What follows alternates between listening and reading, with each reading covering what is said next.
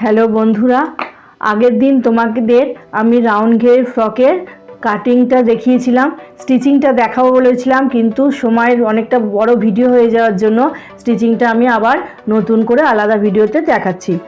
আজকে তোমার রাউন্ড ঘেরের যে ফ্রকটা সেটা স্টিচিংটা দেখাচ্ছি।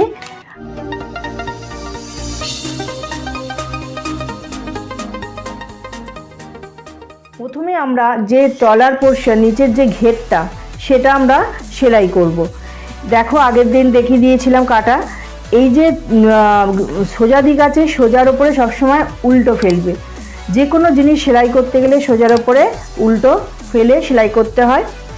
করে এই দু সাইড যে আছে, এই দু সাইড আমরা জুড়ে দেবো, 1/2 ইঞ্চি করে সেলাই করে দেবো।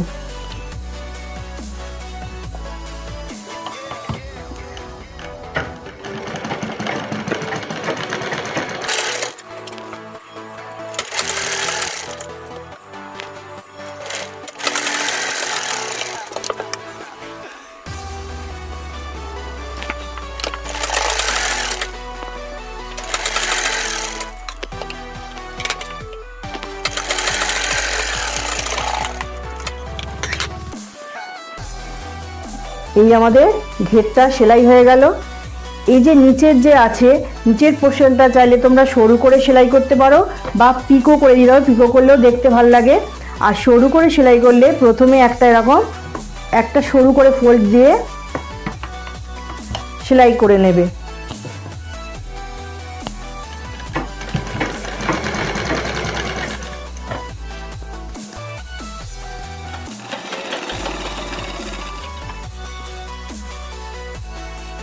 এটা কোনো সময় টেনে করবে না, আলগা করে করবে।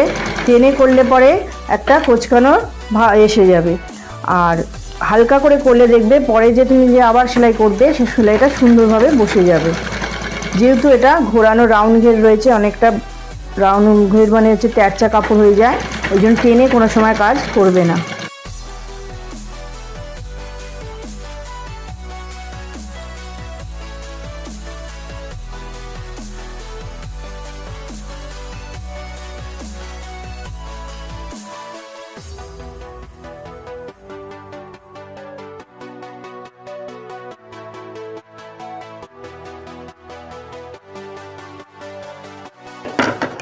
এই দেখো বন্ধুরা, একটা ফোল্ড আমার সেলাই দেওয়া হয়ে গেল। এইবার এটাকে আর একটা এইভাবে ফোল্ড দিয়ে সেলাই দিয়ে দেবো। এই দেখো বন্ধুরা, আমার রাউন্ড ঘেরের ফ্রকের নিচের পোর্শনটা সেলাই হয়ে গেল।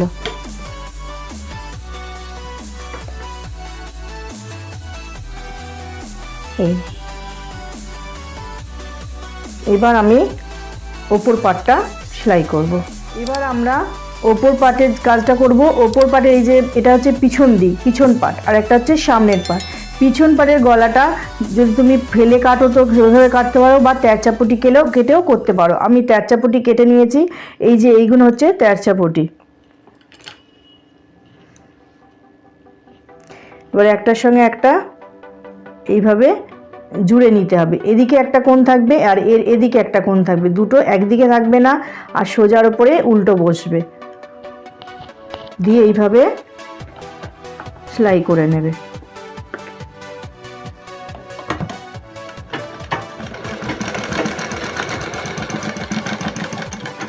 দেখো, জুড়ে গেল আর সোজার উপরে সোজা হয়ে গেল।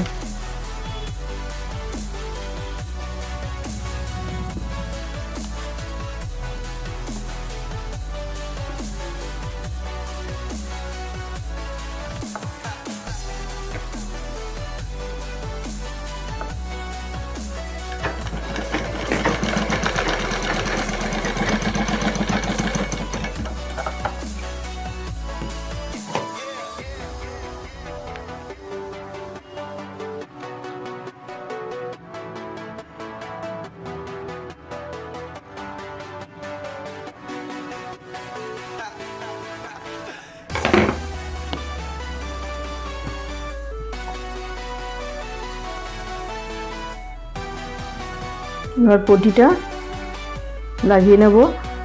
হচ্ছে সোজার উপরে উল্টো বসিয়ে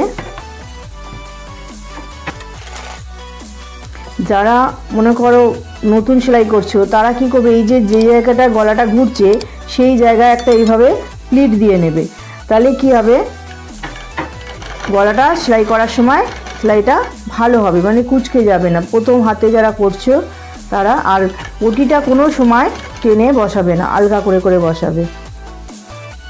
এই দেখো এই জায়গায় ঘুরছে, এই জায়গায় একটা প্লিট দেবে।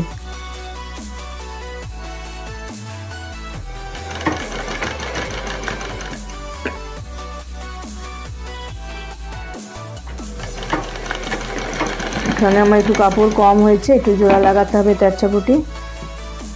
দেখো বন্ধুরা, এই গলার পটিটা লাগিয়ে নিলাম। এইবার যে এইখানটা যে সেলাইটা করেছো তার ওপরে এই কাপড়টা একটু করে কেটে দেবে, তাহলে কি হবে, উল্টে সেলাইটা ভালো হবে।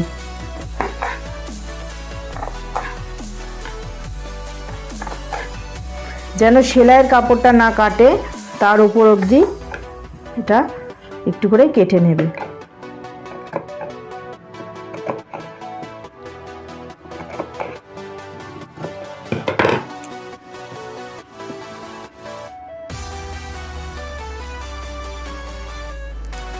এইভাবে টান টান করে নিলাম। ঠিক কোনো কাপড় দেখো এই পাশের কাপড় পাশে দেখা যাবে না, এই পাশের কাপড়ে ওপাশে দেখা যাবে না, পুরো একদম এরকম থাকবে। এর ওপর দিয়ে একটা একদম ধার ঘেঁষে একটা সেলাই দিয়ে দেবে।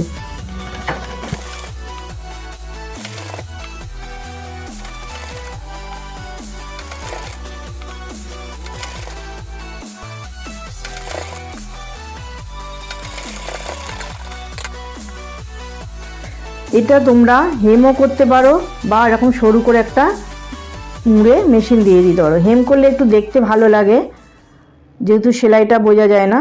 আমি একটু তাড়াতাড়ির জন্য তোমাদের সেলাই করে দেখিয়ে দিচ্ছি।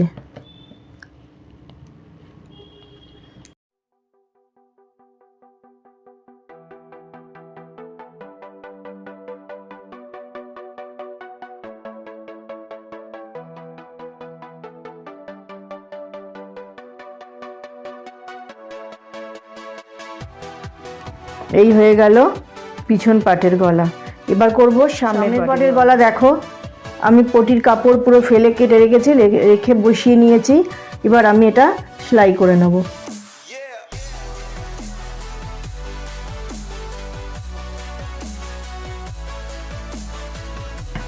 বন্ধুরা, তোমরা যদি আমার সব রকম সেলাইয়ের ড্রয়িং বা কাটিং শিখতে চাও তো সাবস্ক্রাইব করে রেখো, তাতে তোমরা আমার পরপর সবকটা ভিডিও দেখতে পারবে।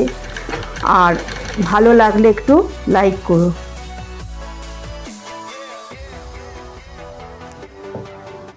এবার যখনই পটি বসাবে, এই যেখানে কোণ হয় কোণের কাজটা কাপড়টা কেটে নিতে হয়। এই কোণগুলো একটু কেটে নিলে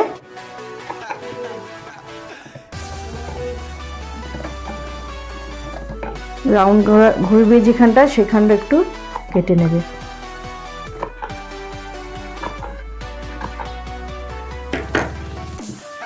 ওর পিছন পাটটা যেভাবে করলাম এটাও ঠিক সেইভাবে মুড়ে নেবে।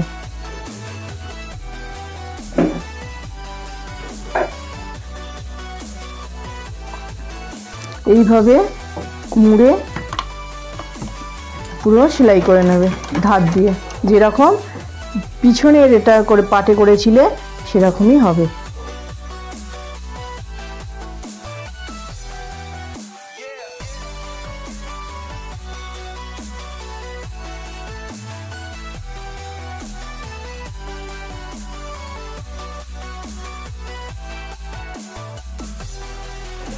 এই দেখো বন্ধুরা, এটা সামনের গলা হয়ে গেল। এটাও ঠিক এরকম হেম করে নেবে। তার পেছন দিকে যে এটা আছে কাপড়টা এরকম করে গোল করে করে মুড়ে নিয়ে সেলাই করে নেবে। এইবার হচ্ছে আমরা পুট জুড়বো। সোজার উপরে উল্টো দিয়ে এই পুটটা জুড়ে নেবে দুটো।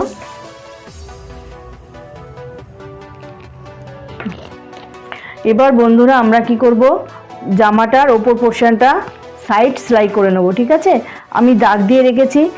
দাগ কিভাবে দেবে, সব সময় তোমরা যা ছাতি নেবে তাকে দেখো এখানে 4 ভাগের মধ্যে 2 ভাগ আছে, ঠিক আছে, তাই 2 দিয়ে ভাগ করবে।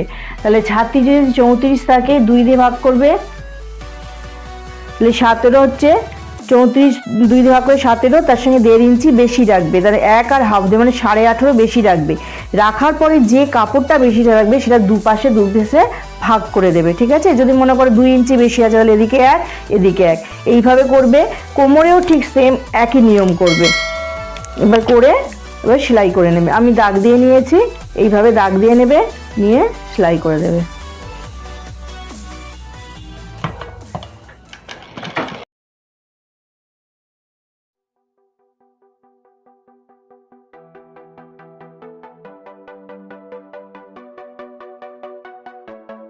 এই যে আমার সেলাই হয়ে গেল। এবার কি হবে, এই যে নিচের পাটটা আছে এর মধ্যে আমার রাউন্ডের যে ফ্রকের যে তলার পোর্শনটা সেটা বসবে। দেখো পুরো এসে যাচ্ছে। এবার এইটা সোজা থাকবে ওপর পোর্শন, তার ভেতরে এটা দিয়ে আস্তে করে এটাকে উল্টে নেবে, তাহলে সোজার ওপরে উল্টো হয়ে গেল।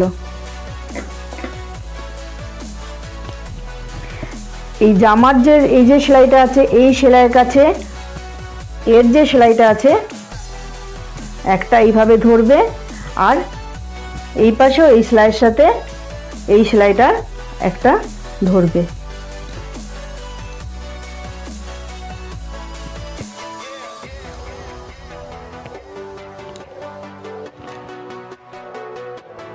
দেখো এইভাবে গোল রাউন্ড করে পুরো সেলাই করে দেবে।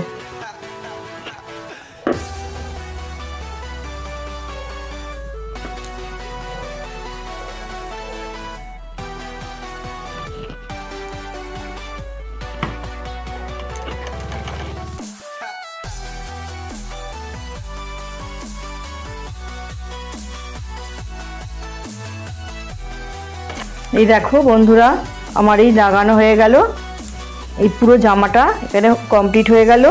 এবার যেটা আমার করা বাকি আছে সেইটা হচ্ছে হাতা। এই যে হাতা আমরা কাটা দেখিয়েছিলাম আগের ভিডিওতে। এইবার এটা কি করব, এই যে নিচের পোর্শন আমি বলেছিলাম যে যদি তোমরা পারো তো পিকো করবে, আর না হলে যেভাবে আমরা রাউন্ড ঘিরে যেরকম মোড়া শিখেছি, প্রথমে একটা এরকম সরু করে মুড়বে, সেটা সেলাই দেওয়া হয়ে যাওয়ার পর আবার এইভাবে মুড়বে, ঠিক আছে। এইভাবে করে নেবে নিচের পোর্শনটা সেলাই।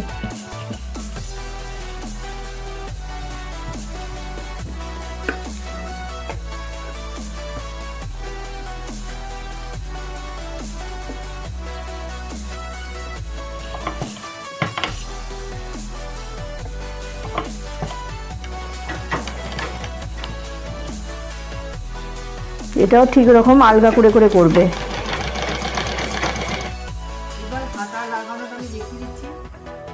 দেখো বন্ধুরা, এই যে এখানে কাটিংটা আছে, এই জায়গাটা এটা হচ্ছে বডি মোড়াবে, যেটা হচ্ছে জামার সাথে বসবে, এই যে বগলের সাথে, ঠিক আছে, এইভাবে বসবে, এইভাবে এটা ঝুলিয়ে রাখা হয়ে যাবে। এবার তুমি যে সেলাই করবে, এই বগল যে আমাদের এই যে বডি মোড়ার এর মাপটা আগে দেখে নেবে কত আছে।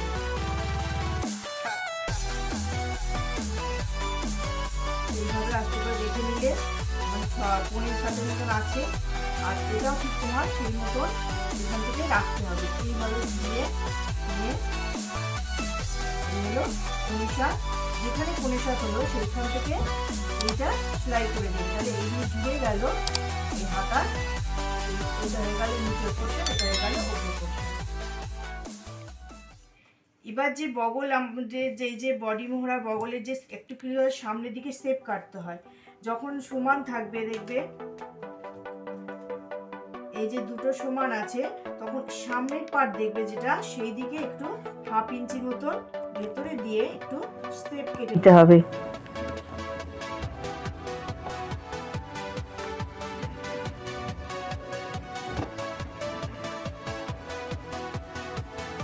আস্তে করে কাঁধের কাছে মিলিয়ে দেবে। ঠিক এই হাতারও তাই করতে হবে, ওপর পোর্শনটা একটা শেপ কাটতে হবে।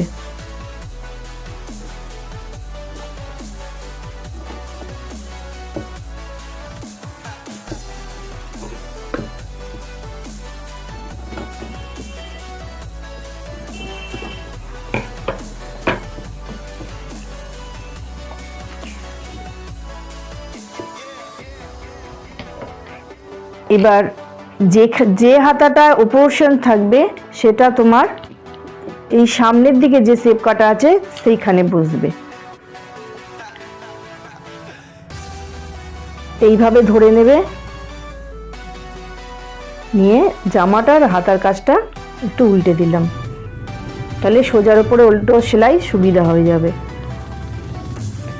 দেখো এই যে নিচে সেলাই আছে হাতার এই নিচটা আর এই জামার এইখানটায় এই যে সেলাই আছে দুটো সেলাই এক জায়গায় রাখবে। আর এইখানে জামার যে ওপর পোর্শনটা হাতার আর এই জামার বগলের কাঁধের যে সেলাইটা সেই সেলাই রাখতে হবে।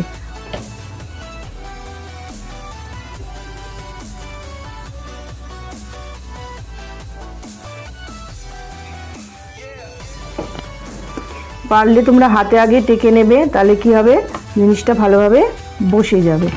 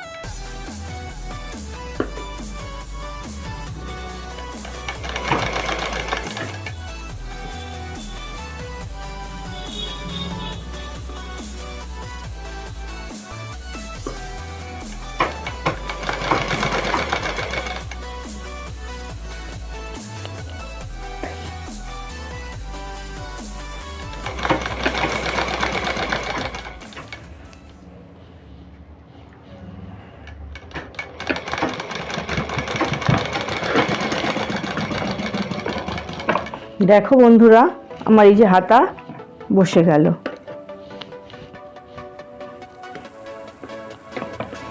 এই হলো ঝুলি হাতা।